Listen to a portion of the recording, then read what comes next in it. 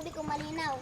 Siya, huwag ka nga dyan. Doon ka sa malayo. Huwag kang makisama sa mga yan. Naman po, ay kalaro ko pa sila.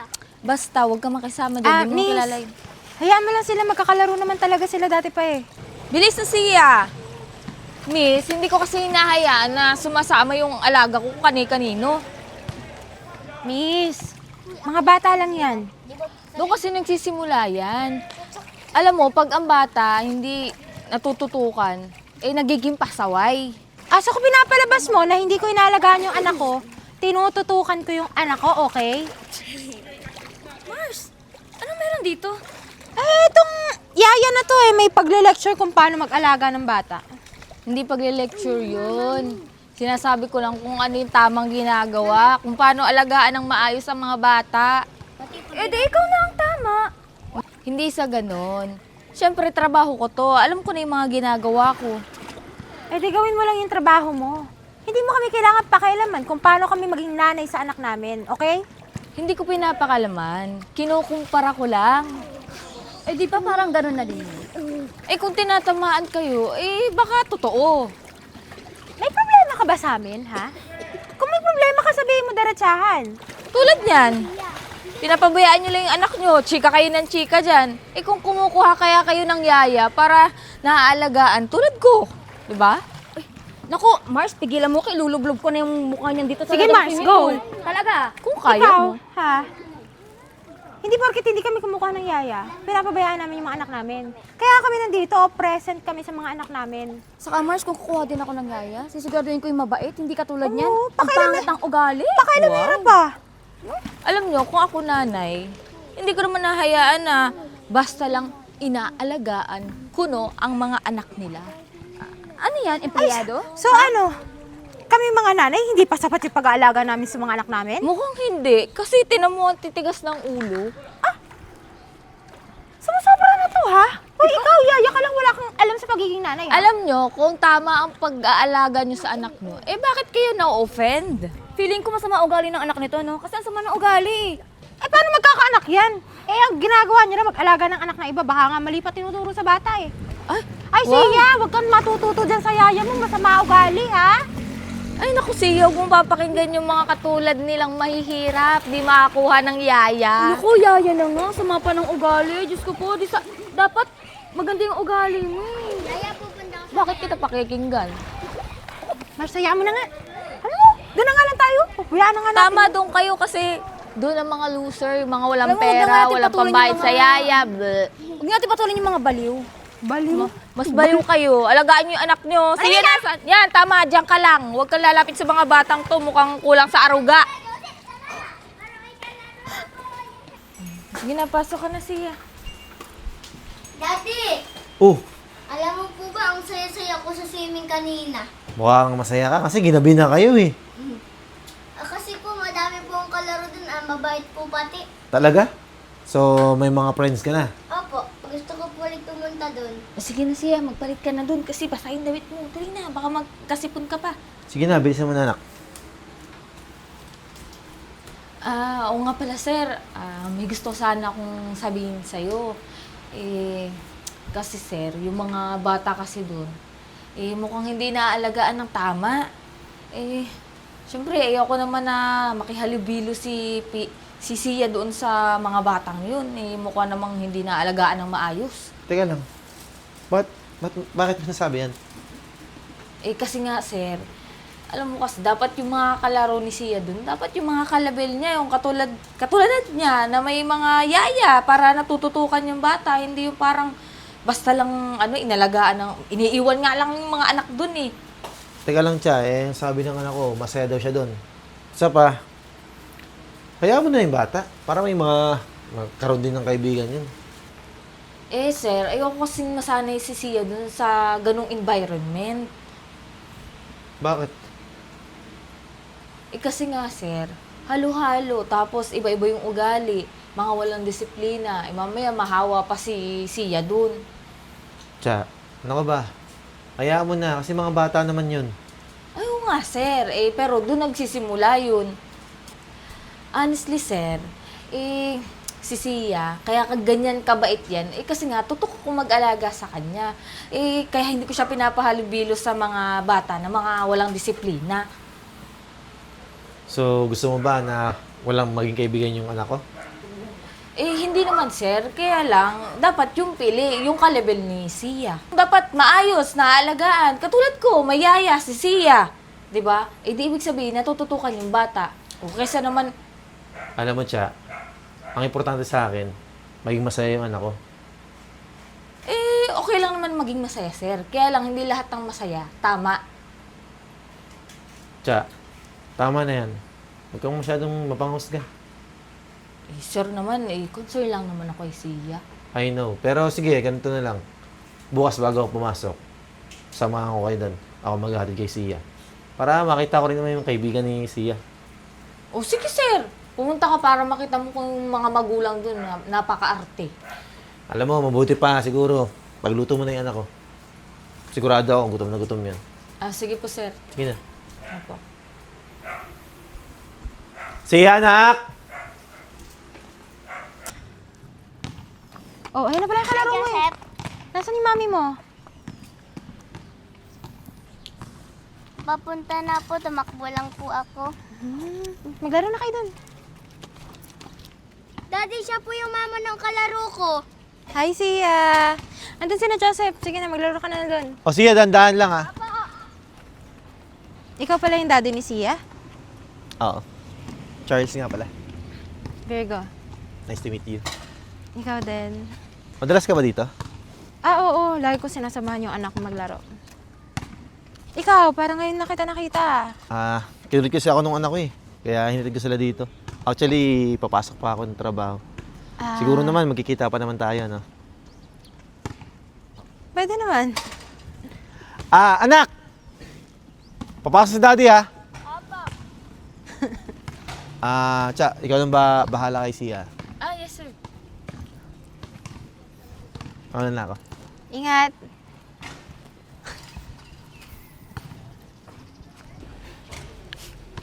Wow! Mga tinginan, parang may something na agad Problema mo, ha? Wala, natatawa lang ako. Natawa saan? Wala, sa mga taong masyadong nag-e-expect agad. Hindi ka naman type ng boss ko eh.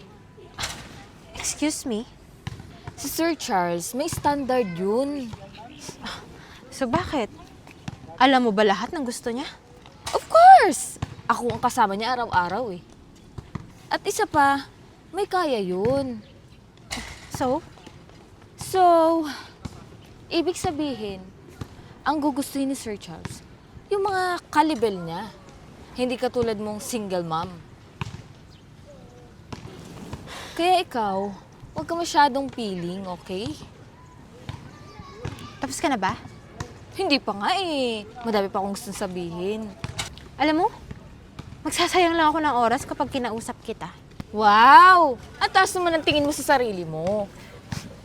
Obvious naman talaga na mas mataas naman talaga ako sa'yo. Tsaka ako, hindi ako katulad mo na mangmamaliit ng ibang tao kasi maliit ka naman talaga.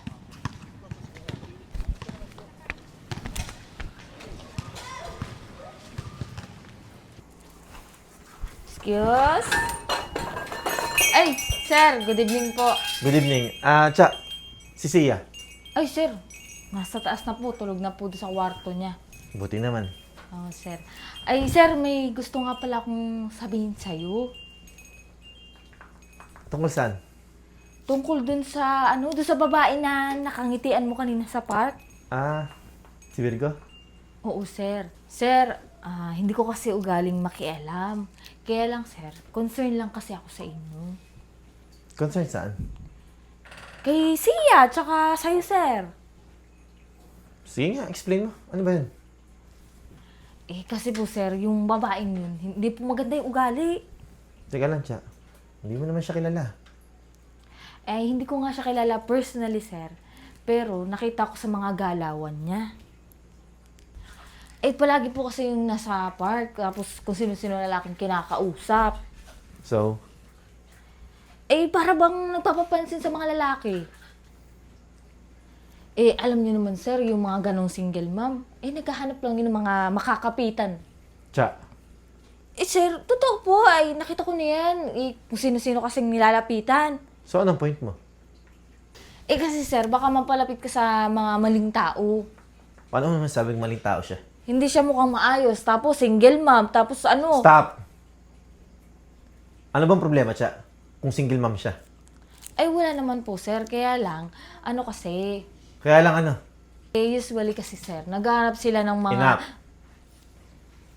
Sorry po, sir. Huwag ka magsalita ng ganyan, ha? Sa taong di mo kilala. Eh, sir, eh, concern lang naman ako. Concern is different from judgment. Wala kang karapat ng husgahan siya. Base sa nakita mo lang. Pero, sir, Pero, Tsa, ang trabaho mo ay alagaan yung anak ko. Huwag kang gagawa ng kwento. Kahit kaninong tao. eh, hindi naman ako nag-iimbento, sir, eh. Kahit na. Hindi mo pa rin siya kilala. At isa pa, Tsa, ako ng ganyang ugali sa bahay ko. Sorry po, sir. Make sure mo na hindi na maulit. Opo. Sige na. Kunin mo yung gamit ko sa sasakyan.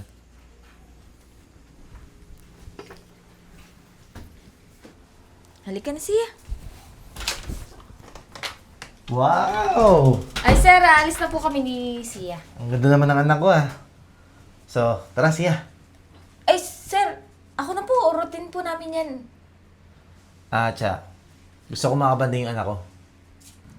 Eh, sir, wala po ba kayong trabaho? Actually, nag-day off ako eh. Para makasama yung anak ko. Eh, sir, sayang naman po. Eh, pwede naman pong ako na lang. Hindi na, Tsa. Mas mabuti pa siguro, mas magpahinga ka na lang dito. Eh, pero sir, si Sia kasi sanay na yan sa akin. Pag lumalabas kami. Alam ko. Pero, gusto ko kasi mas masanay sa akin yung anak ko eh. Eh, pwede naman po, sir, na magpahinga na lang po kayo. Ako na pong bahala kay Sia. Tsa, hindi ako pagod. Kaya akong day off eh. Eh, sige, sir. Sasama na lang din po ako. Hindi na, Tsa. Po? Tsa, magpahinga ka na lang dito. Eh, hindi, sir. Eh, trabaho ko naman po yan. Day off mo ngayon. Eh, hindi ko kailangan magpahinga, sir. Ano, hindi na lang po ako mag-day off. Tsa, ako na nagsasabi. Magpahinga ka na lang dito. Eh, sir, eh, hindi naman po kasi sanay si Sia na hindi ako kasama. Di ba, Sia? Hindi po, okay lang naman po. Para po makabanding ko din po si Daddy. Okay, tama na. Ibig sabihin nun, mag-day off ka na lang dito. Okay? Eh, Sige na, sige na. dahil yun sa babaeng yun eh. Ayoko maging amo yun. Nak! Pasok ka. Sir. Sige, maupo ka muna. Nga pala, Tsa. Nandito si Virgo. Magluto ka ng masarap na pagkain, ha? Opo. Pakat lang kami, sa taas, ha? Anak, magpalit ka muna. Wow! Ang kapal naman ng mukha mo, no? Talaga pumunta ka pa dito? Teka lang ah, inimbita ako dito. So, ibig sabihin, bisita ako. Tsaka, hindi mo man lang ba ako pauupuin? Pwes, hindi ka welcome dito. Doon ka.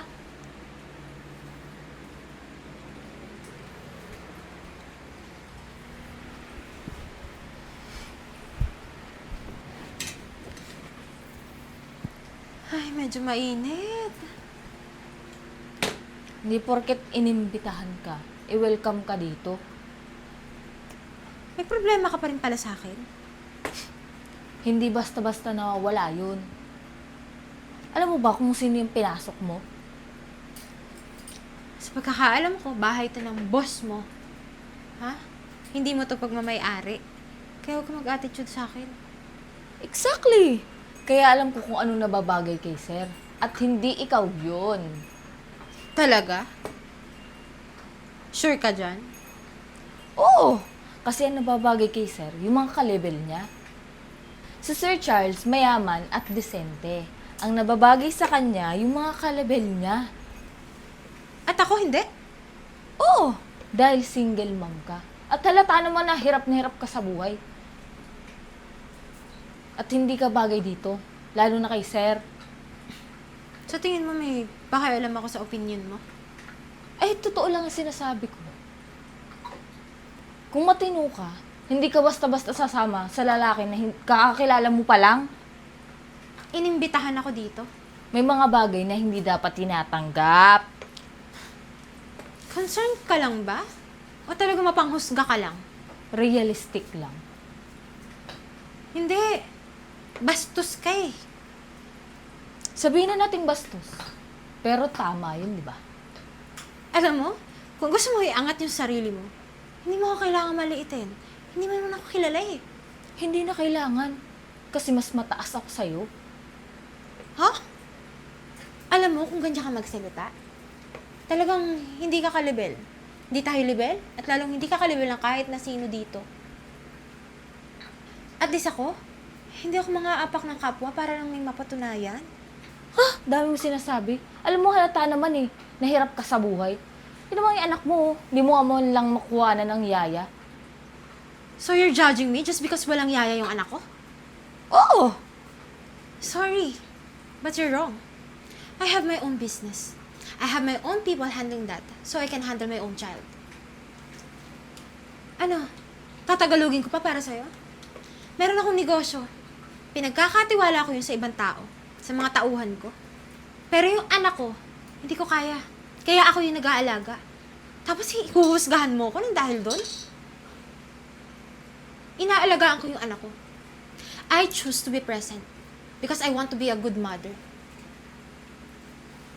And if for you, mas okay yung mayaya, that's your choice. Ibahin mo ako. Pa-English ka pa. Akala mo naman naiintindihan ko. Ayun na nga Sabihin eh. mo, wala kang babae ng yaya. Ayun na nga, hindi mo naiintindihan dahil wala kang anak. Kaya wag mo akong huhusgahan. O di ba? Yung mga sinabi ko ba, naintindihan mo? Kung wala kang naiintindihan, wag kang magsalita, itiko mo yung bibig mo. Wag mo huhusgahan yung pagiging nanay ko. Huwag mo ko sisigawan ha. Nandito ka sa bahay namin. Cha, Sir, ano to? wala po sir. Anong wala? Ano, gusto mo i-rewind ko? Ha? Ako magsabi sa boss mo? Kung paano mo ako bastusin? Cha, bisita ko yan. At kahit di ko bisita yan, wala kang karapatan basusin yung tao. Opo sir. Cha, ano naman kung walang yaya yung anak niya? Eh, nakaka-proud nga yung gantong babae. Kasi nagiging magulang siya. Ako nga, di ko magawang bantayan yung anak ko eh. Kaya ka dito. Sorry po sir. Kung di mo kayang respetuhin ng ibang tao, huwag mong papakita sa anak ko yung ganyang ugali ha. Opo sir. Sorry po sir. Huwag ka sa akin humingi ng sorry.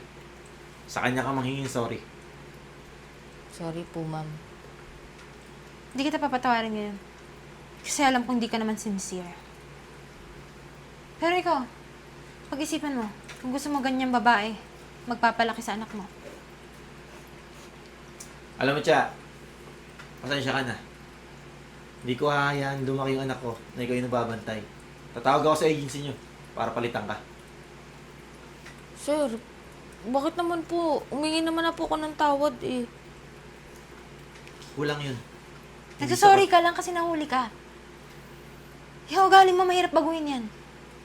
Wala naman pasama maging proud ka na sa pagiging yaya mo eh. Pero ako, na bilang ina, husgahan mo kung paano ko alagaan yung anak ko, wala kang alam. So paano ka pagkakatiwalaan ng mga ibang magulang para alagaan yung anak nila? Virgo, pasensya ka na.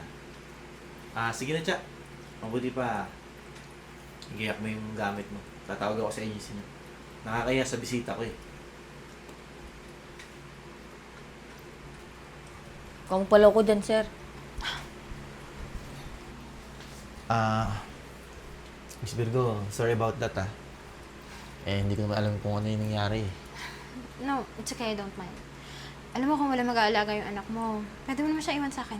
Kasi hands-on naman ako sa anak ko eh. Hindi ko naman napapabayaan yung negosyo ko. Mas gusto ko kasing mag-alaga ng bata eh. Teka lang. Sure ka ba? Medyo makulit yung anak ko eh. Tsaka kung ikaw lang din naman ang mag-aalaga ng anak ko, baka pwedeng pati ako alagaan mo na rin. Pwede naman.